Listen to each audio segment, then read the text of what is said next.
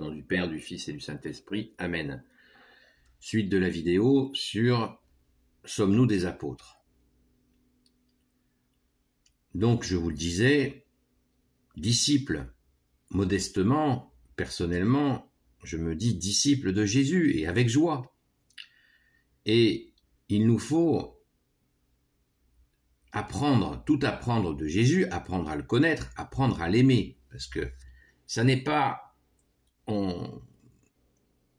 Je vais vous donner un exemple. Je sais pas, on ne confie pas un avion avec 300 personnes dedans à quelqu'un qui a peut-être un très beau métier, mais qui ne connaît rien au pilotage.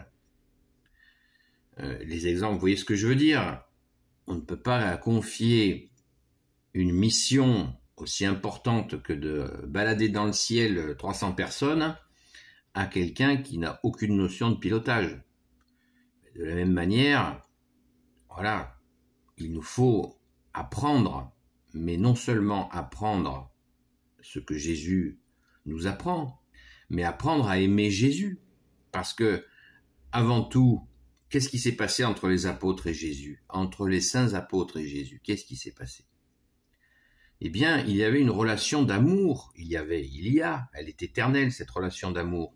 Mais quand Jésus est venu à son premier avènement, quand il est né de notre Sainte Mère Marie, vierge et toujours vierge, eh bien, il a connu ses apôtres et il y a eu un grand amour entre Jésus et ses apôtres, un immense amour, un indescriptible amour entre Jésus et ses apôtres. Donc, apprenons à aimer Jésus, apprenons à accueillir son amour et apprenons, non pas à dire « je suis prêt à mourir pour toi, Jésus », et puis derrière, ne rien faire. C'est pas juste des coups de collier, c'est une constance, c'est une régularité. Voilà, c'est ça. Et c'est quelque chose qui se fait comme ça dans le temps. Ça peut aller très vite, hein. Il y a des grands saints à qui c'est arrivé très vite, mais moi je ne suis pas un grand saint, ni un petit saint. Je suis disciple de Jésus, je l'espère. Voilà. C'est pas à nous de déclarer notre sainteté. Il nous faut nous mettre au travail, en route, apprendre ce que nous dit Jésus, apprendre à l'aimer, chercher la vérité, que tu es Jésus. Et bien sûr, aussi l'assumer dans nos vies. Assumer notre foi. Assumer déjà au quotidien notre foi, sans faire n'importe quoi, sans se mettre en danger inutilement, de manière à tout simplement cheminer avec Jésus. Mais tout ça se fait pas par un claquement de doigts. Prenons l'exemple très important, comme dans un couple. Un couple sans fidélité est un couple fini. Mais de la même manière, quand nous suivons Jésus, il nous faut être fidèles. Si on suit Jésus, telle ou telle voie, etc., tel ou tel maître, ou faux maître, etc., c'est foutu. C'est foutu. On ne peut pas suivre 50 maîtres à la fois, d'autant plus qu'il n'y a qu'un seul maître véridique, c'est Jésus. C'est lui qui nous l'a dit, c'est la vérité. Donc si nous bouffons à tous les râteliers, vous ne pouvez pas manger dans un restaurant, manger, je sais pas moi, chinois, russe, italien, je sais pas moi, arménien ou ceci ou cela, en même temps. Il nous faut une nourriture.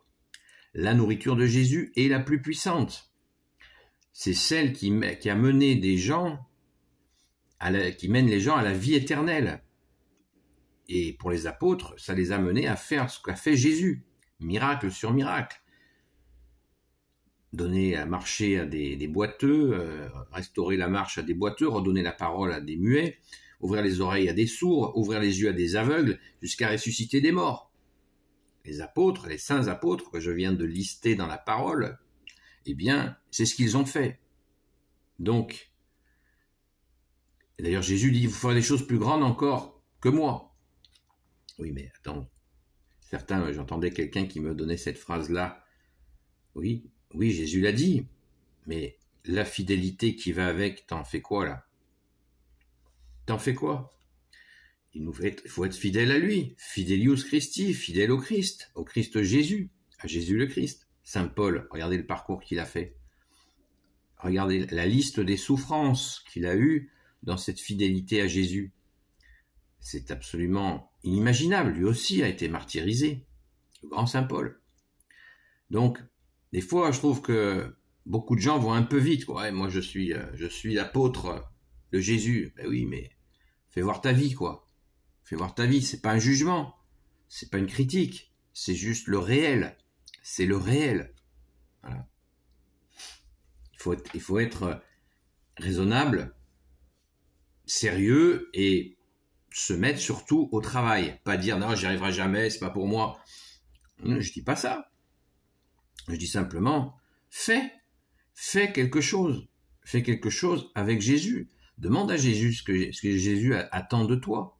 Mais déjà, et c'est là moi ce que je fais à travers ces vidéos, c'est d'essayer de vous expliquer qui est Jésus, en vous proposant de rentrer en contact directement avec lui, pas avec moi. Moi, je suis pas, c'est pas moi qui vais vous dire fais ci, fais ça. C'est Jésus. Je vous dis priez, priez, priez, allez à la Sainte Messe, rencontrez des prêtres régulièrement, allez vous confesser, avancez, mettez en pratique la parole de Jésus et surtout ce qu'il nous demande de faire, poser des actes, de vrais actes de charité, en demandant à Jésus on demande à Jésus de nous guider pour nos actes de charité, pour tout. Vivons avec Jésus, oui, faisons-le. Et après, à chaque jour suffit sa peine. Si vous êtes appelé un jour par Jésus en tant que disciple de Jésus, alléluia, j'en serais très heureux pour vous. Mais la modestie, c'est très bien. Hein. Quand on veut gravir une montagne, eh bien, on n'y va pas comme ça, sans préparation. Jésus nous guide. Si le sommet de la montagne, c'est Jésus, d'ailleurs souvent Jésus partait en montagne pour prier, pour que les foules ne fassent pas de lui un roi, ce qui pouvait gêner sa vie publique. Jésus n'est pas venu pour établir son royaume de lui, roi sur terre, quand il est venu à son premier avènement. Après sa mort et sa résurrection, Jésus est parmi nous et son royaume est assis à la droite du Père, et il règne sur la terre pour ceux qui l'accueillent, Et de toute façon, son règne viendra totalement, définitivement. Après le jugement dernier, Jésus régnera. Alléluia, mais en attendant, il règne dans nos cœurs et faisons-le régner dans nos vies, en y mettant toutes nos forces, toute notre prière, notre constance. Être apôtre, et quand je vois des personnes qui disent je suis apôtre, mais la constance, hein, c'est pas Jésus, c'est pas un jour j'y pense, 3 semaines j'y pense pas. C'est pas une obligation, c'est une joie de l'aimer, une joie d'amour. Merci Jésus, alléluia. Voilà, donc, non, je pense sérieusement que nous ne sommes pas apôtres de Jésus et que nous sommes modestement et fièrement disciples de Jésus. Alléluia. J'espère que vous comprenez bien ce que je veux dire. C'est vraiment très important. Je vais faire une 3e vidéo, une 3e partie, parce que c'est important que ça soit bien compris. À très vite. À tout de suite.